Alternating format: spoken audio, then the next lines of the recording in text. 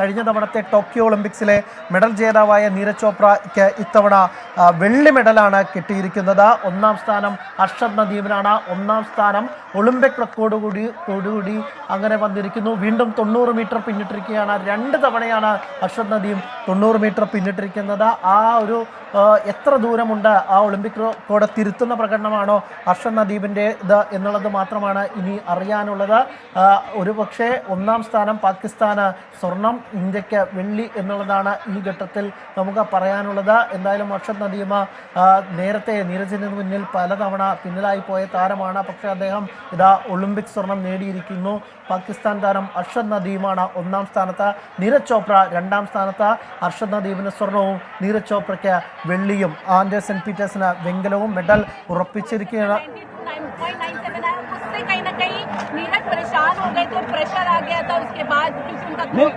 Pressure की कोई बात नहीं होती, बस सबको अपना वही बात है, दिन के ऊपर निर्धारित है. हम मेहनत सभी लोग करते हैं, किसका दिन अच्छा निकलता है वो सभी के ऊपर. जिस तरीके से नीरज ने प्रदर्शन किया है उसको लेकर लगातार हम दूसरा उसके 5वां मेडल जीते, उसको लेकर और कैसे उसका स्वागत करें? जी बिल्कुल, अपनी तरफ से स्वागत बढ़िया करेंगे. अपने देश के लिए मेहनत की है, मेडल जीता उसने सिल्वर, तो बहुत अच्छा सभी को फील होना चाहिए. विनेश और नीरज बहुत अच्छे दोस्त हैं, तो ये सिल्वर कहीं ना कहीं विनेश को जो एक दुख था मेडल चूकने का, उसको उस घाव को भी भरेगा.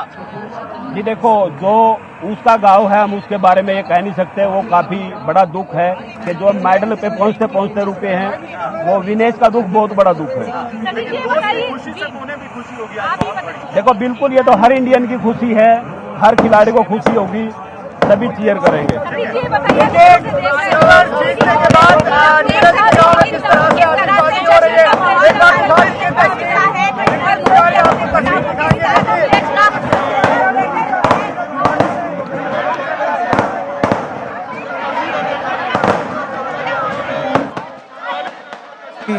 ഒളിമ്പിക്സിൽ ഒരു മെഡൽ നേടുന്നു. പാരീസ് ഒളിമ്പിക്സിലെ ഇന്ത്യയുടെ 5ാം മെഡൽ, ഈ ദിനത്തിലെ 2ാം മെഡൽ. അങ്ങനെ ഒളിമ്പിക്സ് ചരിത്രത്തിൽ ജാവലിനിൽ 2 തവണ ഇന്ത്യക്കായി മെഡൽ നേടുന്ന ആദ്യ താരമായി മാറുകയാണ് നീരജ് ചോപ്ര.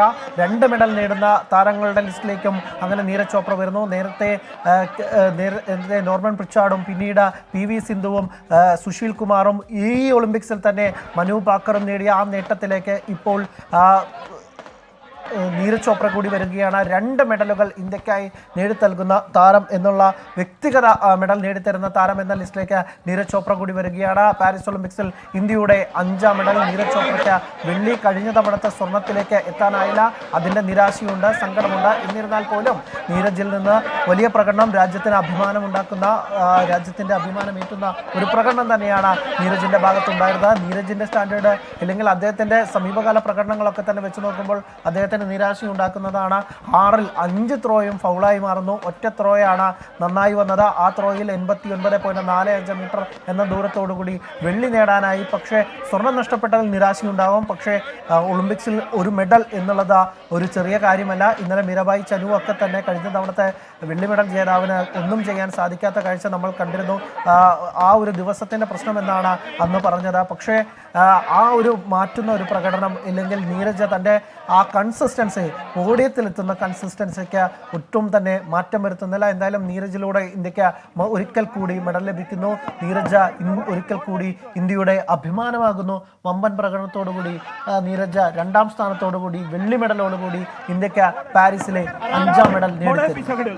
അർഷദ് നദീം 92.97 ആ മികച്ച ഫോം തന്നെ, അത് ആദ്യം എറിഞ്ഞ ആ പോയിന്റ് തന്നെയാണ് അർഷാദിന് ഏറ്റവും മികച്ചത്. അതെ അതെ.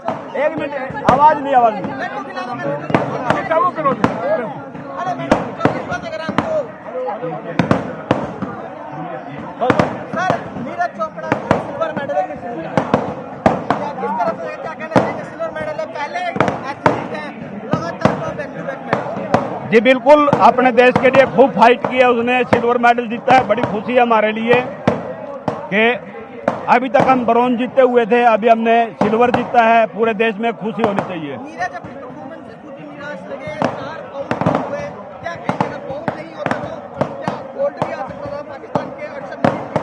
देखो सही में जो हमें लगता है, जो उसको ग्रोइंग इंजरी थी, वो उसी के कारण शायद कुछ जूझ रहे थे और उसी में कोई दिक्कत रही है.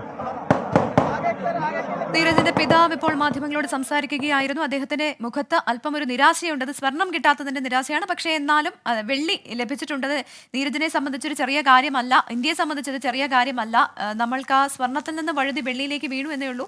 മെഡൽ ഉറപ്പിക്കാൻ സാധിച്ചിട്ടുണ്ട്. നീരജിന്റെ പ്രകടനത്തെ സംബന്ധിച്ച് പറയുകയാണെങ്കിൽ നീരജ് മികച്ച പ്രകടനം തന്നെ കാഴ്ചവെച്ചിട്ടുണ്ട് എന്നുള്ളതാണ്. 89.4 അത് ഒട്ടും മോശമായിട്ടുള്ളൊരു സ്കോറല്ല. പക്ഷെ അതേസമയം തന്നെ പാക് താരത്തിന്റെ ഇന്ന് അർഷാദിന്റെ പ്രകടനം അതിലും മികച്ചതായിരുന്നു. 93 എത്തിയിരിക്കുന്നു അദ്ദേഹം. അത് എനിക്ക് തോന്നുന്നു ഈ ഒളിമ്പിക്സിലെ തന്നെ വലിയ ഒരു നേട്ടമാണ് അർഷാദിനെ സംബന്ധിച്ച്. എന്തായാലും നീരജിനെ സംബന്ധിച്ചും ഇന്ത്യയെ സംബന്ധിച്ചും നിരാശ എന്ന് പറയാനാകുമോ എന്ന് ചോദിച്ചാൽ സ്വർണ്ണ മെഡൽ ലഭിച്ചില്ല എന്നുള്ളതൊഴിച്ചാൽ 2 മെഡൽ നേടുന്ന താരമായി നീരജ് മാറുകയാണ്. വെള്ളി മെഡൽ ലഭിച്ചിരിക്കുകയാണ് നീരജിലൂടെ ഇന്ത്യക്ക്. കൂടുതൽ വിശദാംശങ്ങളുമായി അനിൽ വാസുദേവ് ഒരിക്കൽ കൂടി ചേരുകയാണ്. അനിൽ, അങ്ങനെ ഇന്ത്യ ഒരു വെള്ളി മെഡൽ കൂടി ഉറപ്പിച്ചിരിക്കുന്നു. അതെ, ഈ പാരീസ് ഒളിമ്പിക്സിലെ ഇന്ത്യയുടെ 5ാം മെഡലാണ്, ആദ്യ വെള്ളി മെഡലാണ്. ഇതിനു മുമ്പ് കിട്ടിയ മെഡലുകളൊക്കെ തന്നെ ഇന്ത്യക്ക് വെങ്കല മെഡലുകളായിരുന്നു. മനു ഭാക്കറിലൂടെ 2 മെഡലുകൾ, മനു ഭാക്കറിന് വ്യക്തിഗത ഇനത്തിലും ഒപ്പം തന്നെ ടീം ഇനത്തിലും ഒരു മെഡൽ ലഭിക്കുകയുണ്ടായി. ഒപ്പം തന്നെ സ്വപ്നിൽ കുശാലയിലൂടെ മറ്റൊരു വെങ്കലം, ഒടുവിൽ ഇന്ന് ഹോക്കി ടീമിലൂടെ മറ്റൊരു വെങ്കലം. അങ്ങനെ 4 വെങ്കലത്തിനൊപ്പം തന്നെ ഇപ്പോൾ അതിലേക്ക് ഒരു വെള്ളിത്തിളക്കം കൂടി വരികയാണ്. ഇന്ത്യയുടെ 5ാം മെഡൽ വന്നിരിക്കുകയാണ്. ഇനി നാളെ ഗുസ്തിയിലടക്കം ഇന്ത്യ മെഡൽ പ്രതീക്ഷിക്കുന്നുണ്ട്. സ്വർണം കിട്ടാത്തതിൻ്റെ നിരാശയുണ്ട്. നമ്മുടെ സർവകാല റെക്കോർഡിലേക്ക് തന്നെ എത്താൻ പറ്റാത്ത ഒരു നിരാശയുണ്ട്. ഒരുപക്ഷെ നീരജിലൂടെ ഒരു സ്വർണം വന്നാൽ നമ്മൾ വലിയൊരു കുതിപ്പ് നടത്താമായിരുന്നു ഈ പോയിന്റ് പട്ടികയിലൊക്കെ തന്നെ. അതിൽ ഉണ്ടായില്ല. എന്നിരുന്നാൽ പോലും നീരജിന്റെ നേട്ടം ചെറുതല്ല. തുടർച്ചയായ 2ാം ഒളിമ്പിക്സിലും അങ്ങനെ നീരജിന് മെഡൽ നേട്ടം.